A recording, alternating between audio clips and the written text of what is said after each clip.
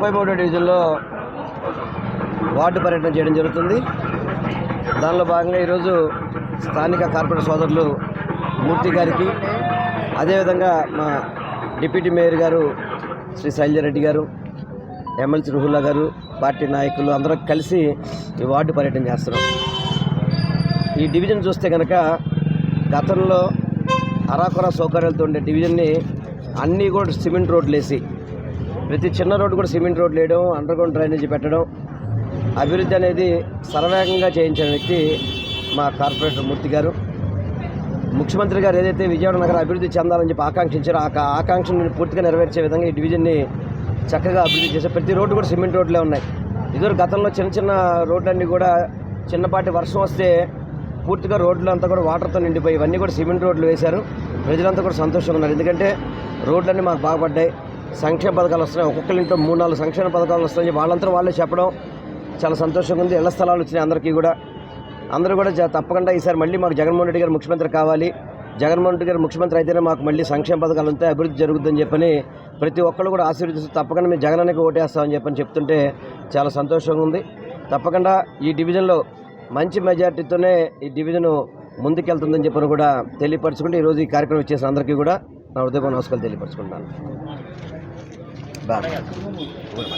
అందరికీ నమస్కారం.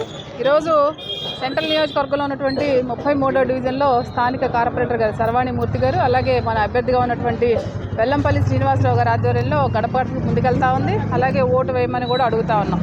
ప్రతి ఒక్క కుటుంబంలో కూడా జగనన్న ఇచ్చేటువంటి పథకాలు ఎలా ఉన్నాయి, లేదా ఇంకా దాంట్లో ఏమైనా ఇబ్బందులు ఉన్నాయనేటువంటి దాని మీద కూడా ముందుకెళ్తా ఉంది.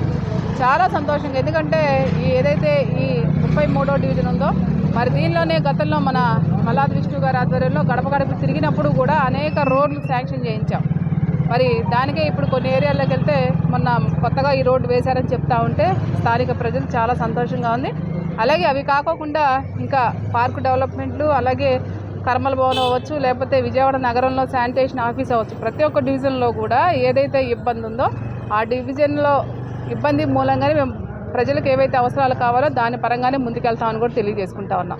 ఎందుకంటే సత్యనారాయణపురంలో లేనటువంటి గతంలో ఉన్నటువంటి కార్పొరేటర్, ఇక్కడ తెలుగుదేశం హయాంలో ఉన్నటువంటి కార్పొరేటరు మరి ఇక్కడ గెలిచాడు.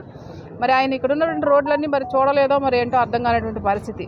ఇప్పుడు మూర్తి గారు డివిజన్ కార్పొరేటర్ అయిన తర్వాత సుమారుగా 15 కోట్ల రూపాయల వర్కులు చేశాము అని అంటే, మరి తెలుగుదేశం నాయకులు గొప్పలుగా చెప్పుకుంటారు కదా, మేము ఎక్కడా కూడా ఒక రోడ్డు మిగల్చలేదంటారు, లేకపోతే ఎక్కడా కూడా ఏ ఇది లేదంటారు, మా హయాంలోనే అన్నీ జరిగిపోయినాయి అంటారు. మరి ఈ రోడ్లన్నీ మేము ఎందుకు వేసామని అడుగుతా ఉన్నాం. మీరు మీ హయాంలో చేసినవన్నీ చెప్పుకోండి, తప్పులేదు. కానీ అసలు అంతా మేమే చేసామనేటువంటి గొప్పలు చెప్పుకునేటువంటి వాతావరణం బాగోలేదు. ఎందుకంటే ప్రజలన్నీ చూస్తారు, మీరేం చేశారా, మేమేం చేసావా, వైఎస్ఆర్ కాంగ్రెస్ పార్టీ వచ్చిన తర్వాత ఎంత అభివృద్ధి జరిగింది, తెలుగుదేశం హయాంలో ఎంత అభివృద్ధి జరిగిందని. దాని ద్వారాగానే రేపు తీర్పిస్తారని కూడా తెలియజేసుకుంటాం.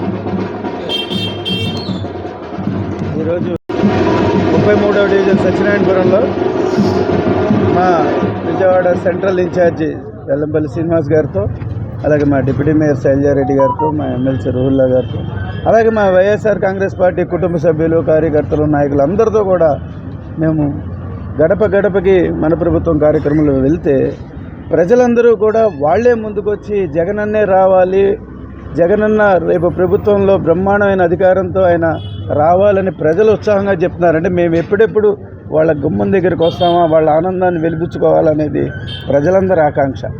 గతంలో ఎప్పుడూ కూడా ఇటువంటి పరిస్థితిని గత ప్రభుత్వాలు తీసుకురాలే. అభివృద్ధికి ఆమడ దూరంలో ఉండి వాళ్ళ ఆస్తులు పెంచుకున్న ఆనాటి ప్రభుత్వం అయితే ఈనాడు ప్రజల్ని ఆర్థికంగా అభివృద్ధిలోకి తీసుకురావాలి, ప్రజలందరికీ సంక్షేమ పథకాలు అందజేయాలి. అదేవిధంగా రాష్ట్రం, నియోజకవర్గాలు, ప్రతి డివిజను కూడా అభివృద్ధిలోకి రావాలని పనిచేసిన ఈ గౌరవ ముఖ్యమంత్రి వర్యులు శ్రీ వైఎస్ జగన్మోహన్ రెడ్డి గారికి మొట్టమొదటి విజయంగా విజయవాడ సెంట్రల్ నియోజకవర్గాన్ని బహుమతిగా ఇవ్వాలని ప్రజలందరూ రెడీగా ఉన్నారని తెలియజేసుకుంటూ, అభివృద్ధి కోసం ఎక్కడైనా ఎప్పుడైనా మేము చర్చకి సిద్ధమని మీ ద్వారా ప్రతిపక్షాలకు తెలియజేసుకుంటాం.